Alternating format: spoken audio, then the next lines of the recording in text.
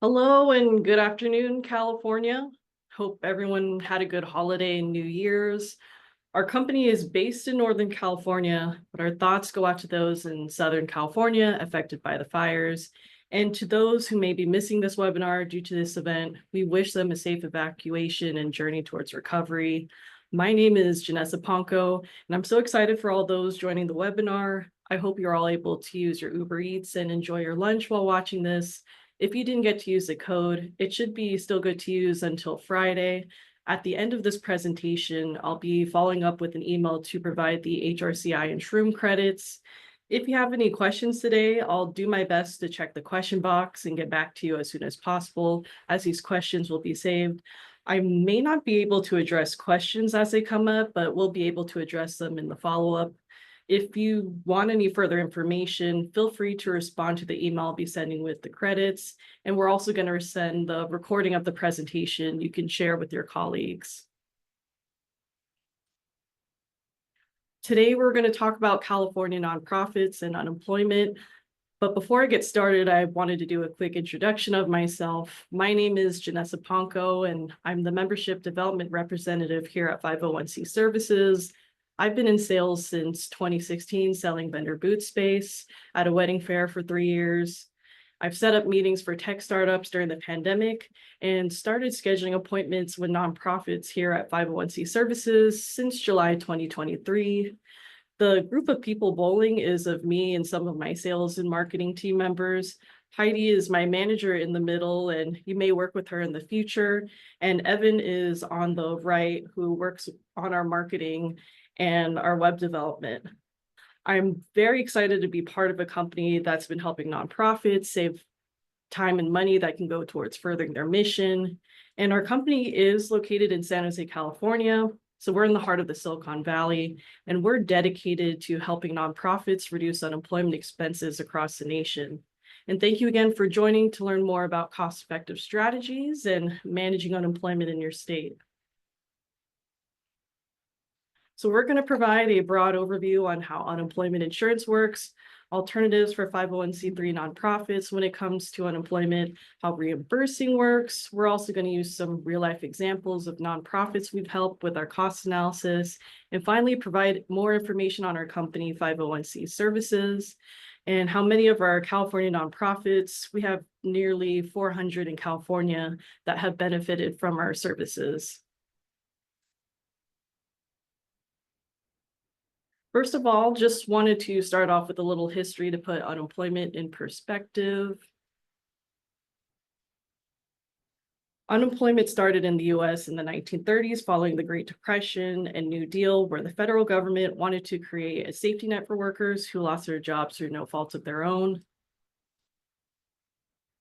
From 1930 to 1972, 501c organizations didn't pay into unemployment benefits for separate employees. Although this saved nonprofits money from paying these taxes, employees that were laid off couldn't reap the benefits of that safety net that for-profit companies had provided. And then fast forward to 1972, the federal government changed the law under the Social Security Act to where nonprofits must pay into unemployment, but were provided different options in how they pay so that that tax wouldn't be seen as an unnecessary expense for them. Unemployment is overseen on the federal level. However, each state gets to manage their own programs however they choose. So throughout the US, you'll see different taxable wage bases, tax rates, benefit amounts. But today we're just going to cover information here in California. When it comes to management, unemployment rates can be adjusted annually and are adjusted by experience. For instance, if you do have a year or two of bad claims, your tax rate will increase.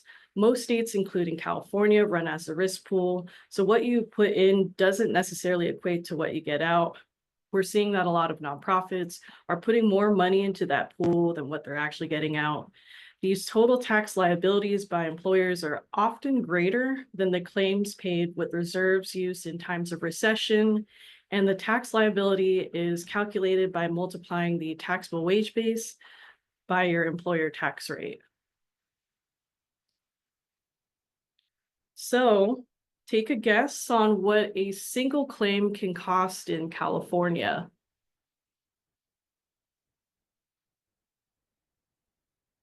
Feel free to provide any guesses in the Q&A box.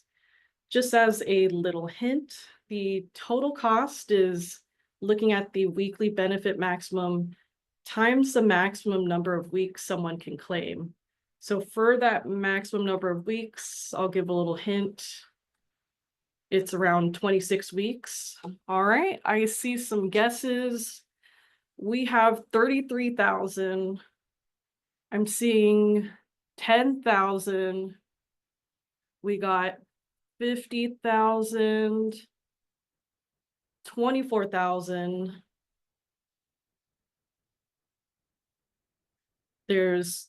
I see 11,200, 5,000. I see one more guess. Oh, there's 18,000. And we got 11,700. And I'm seeing there's 9,000, 8,000. So what is the number? The maximum number a single person, or the maximum amount a single person can claim in unemployment in California can cost. Someone had the exact number. It's $11,700. And just as a caveat, this is what an employer is charged for employee benefits by the state. Those extended benefits you saw in the recession and extra COVID payments were covered by the federal government. So the maximum weekly benefit in California is $450. And when we multiply that number by 26 is how we get that $11,700 for the maximum of what a single person can claim on unemployment. The federal government sets the wage base at a minimum of $7,000 and there's no maximum. California is at the lowest taxable wage base at $7,000. So which means for the first $7,000 an employee earns, your organization is taxed on that. So the majority of employers in California pay their taxes in the first quarter, but you might see that taxes paid after the first quarter, maybe for seasonal employees, new hires, or employees making less than that $7,000. The minimum tax rate is at 1.5%. The maximum tax rate is at 6.2%. And those are both set by the state. And there is a 0.1% education fund that is added to all tax rates, unless you have that maximum rate at 6.2%. The last thing I want to know is the improper payment rate, which is at 20.1%. And this overpayment equates to around $6 billion in overpayments to former employees who are collecting unemployment from the past 3 years. So that would be about $2 billion on average per year. And this is information we got from the Department of Labor. And you can see that California is one of the many states that's greater than 13%, a little over 20%. And this is important to know as we really encourage you to look over your claims and make sure that you're not overpaying for anybody's claims. Here at 501, we help organizations monitor this. And in the recent 4 quarters, from 2023 Q4 through 2024 Q3 in California alone, we've received over $350,000 in credits from previous overpayments via our claims management and internal audit processes. And if you are managing on your own, you want to make sure that you're properly charged for a former employee's weekly benefit amount.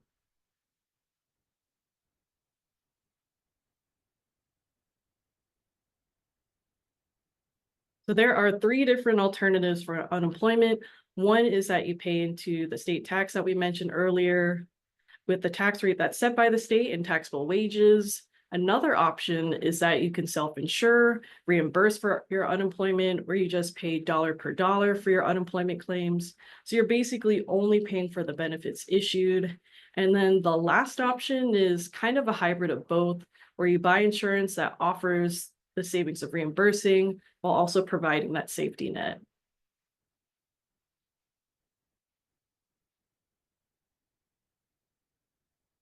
So just to let you know, reimbursing is not for everyone.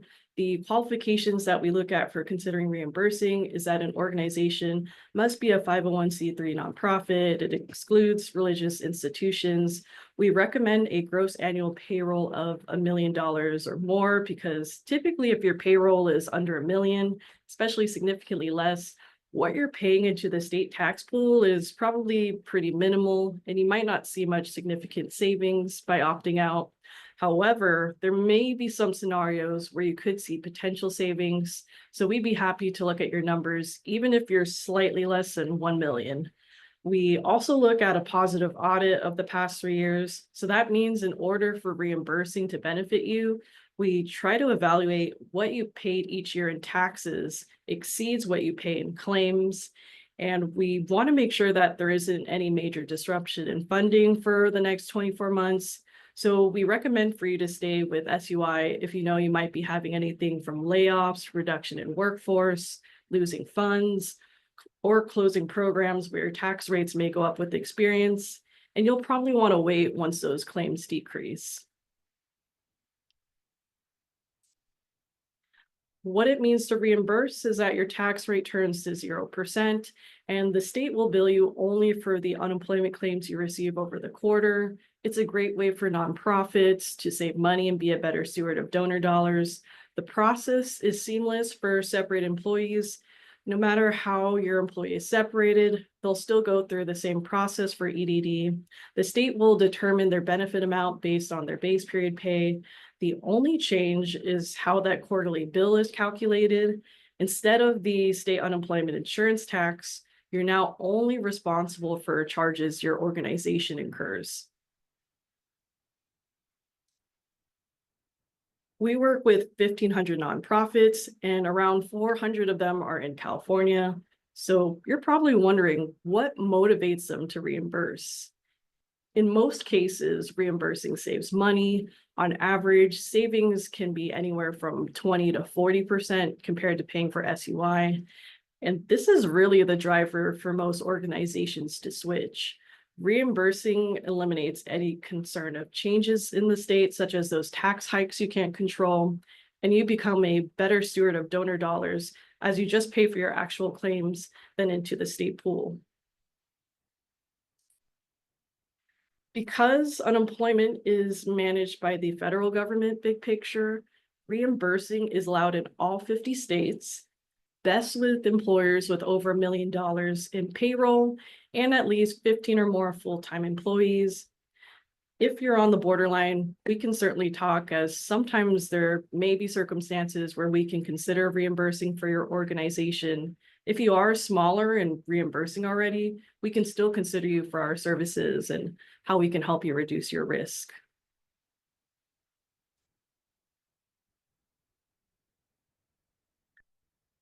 So I do want to talk about how SUI is calculated. And like I mentioned earlier, I'll show some real cost assessments we've done in the past.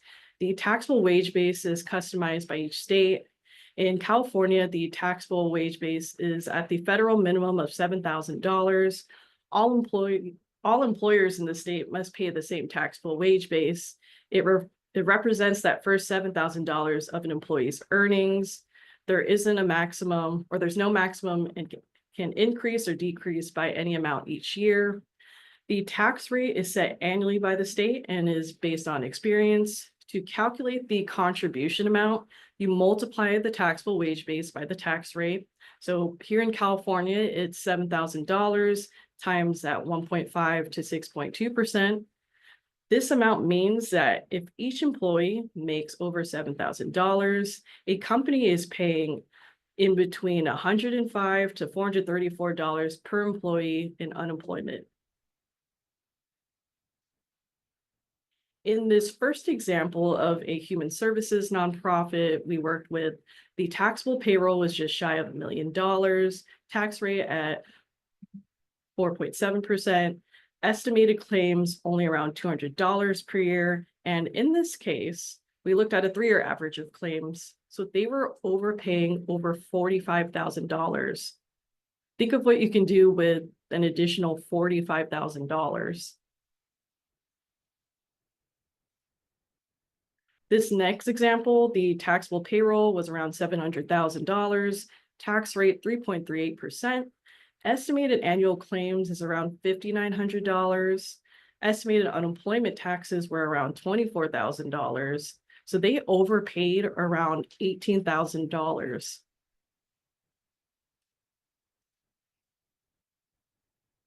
So what we do to get the ball rolling on an assessment is that we look at the EDD tax rate notice. Typically, it's sent around December 31st.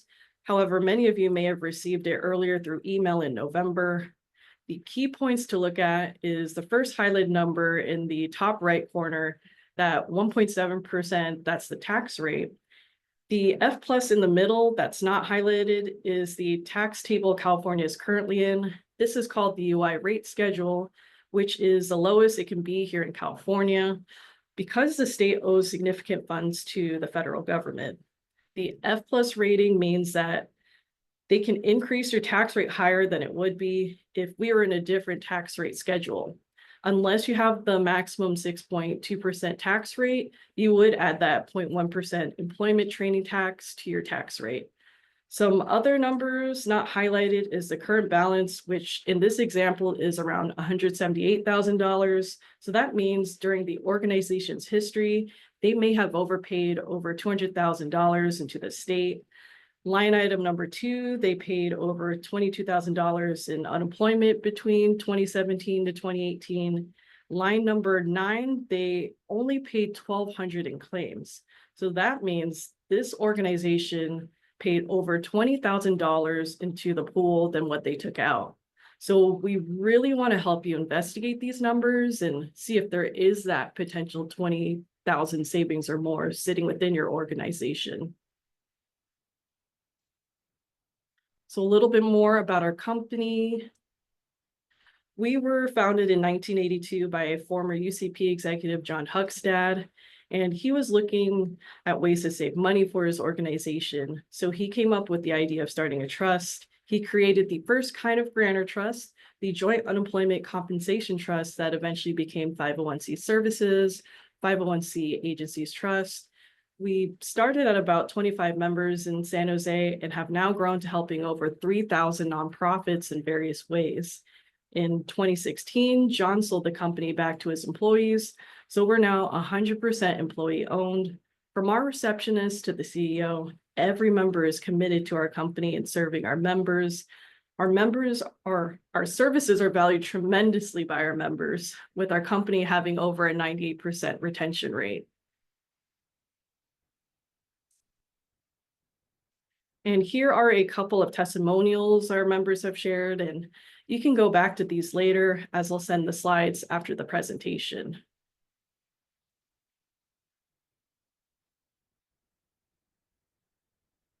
So this is a clip from our 40th anniversary celebration a few years ago that includes testimonials from Anika Lunn and Mike Hoffman from Start Early, Mary Sue and Michael Eady from CISC, Sandy Leota and Chris Marshall of Baltimore Center Stage, and Phyllis Austin and Jason Penniger from Boys and Girls Clubs of America.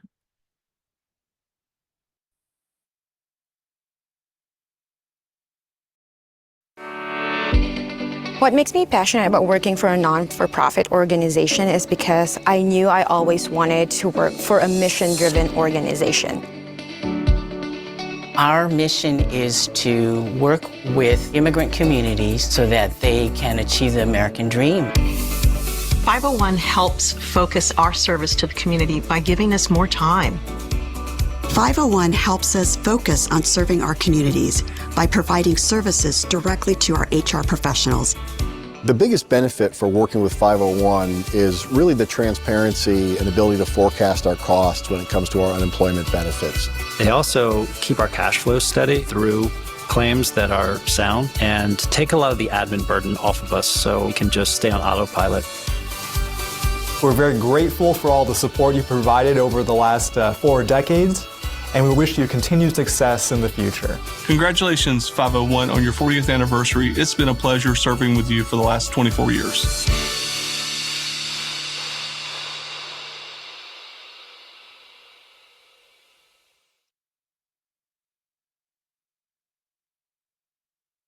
Like I said earlier, we work with around 400 California nonprofits, and here's a quick snapshot of a few nonprofits here in the state that are members.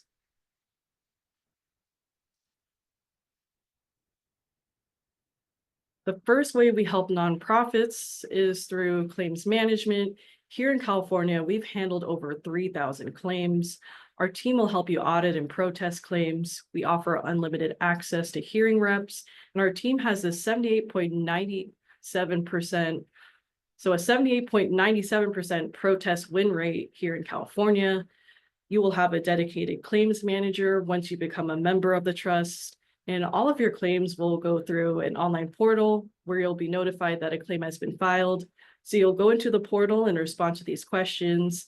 And if in any case you go on PTO and forget to delegate these unemployment tasks, it wouldn't be a problem for when a claim isn't responded to in several days. It gets escalated and handled. A big part of our claims management is that our team doesn't want to see your organization overpay or get hit by those California error rates. So we can audit those charges for you or prevent you from paying for a claim when someone gets terminated. We want to make sure that you're managing these claims and have enough support to do so. Our HR services include 3 components. We offer access to unlimited HR consultations. We're a small dedicated team that will answer any of your HR related questions. So if you have an ongoing issue, you can develop rapport with the person who will support you and manage any of your HR questions.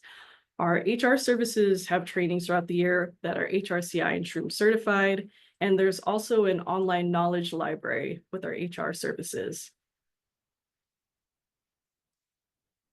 With the $450 maximum weekly benefits here in California, our goal is to help you keep that cost as low as possible. If you're ever laying someone off, our reemployment tool lets you offer packages that can range from online coaching, interview techniques, and resume writing. It's never fun to let someone go, but at least you can give them the safety net and resources to help them secure a new job faster, which in return can help save your organization more money.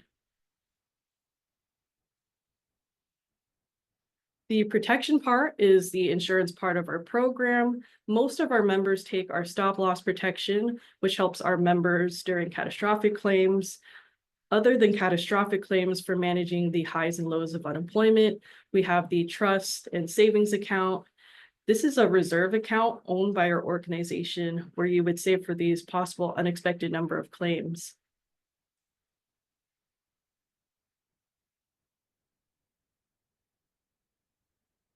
And then other than the catastrophic claims, we do have the trust reserve account that we have.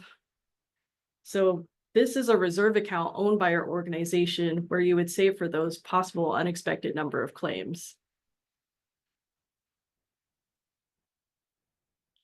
So I hope this sparked your interest, and maybe some of you may want to manage your unemployment through us as a reimbursing employer. If you wanted to look into potential savings, what I would need from you is your 941s or estimated payroll from 2023 to 2024 as a reimburser. And if you're paying SUI, I would need a copy of your 2024 tax rate notice. It would also be helpful if you have your 2022 and 2023 tax rate notice, so we could look at those additional data points for you. If for some reason you're having a hard time getting this information here in California, we do have a cheat sheet for you on how to contact DDD. Hopefully this will help you get all the data you need. So I saw a question in the question box.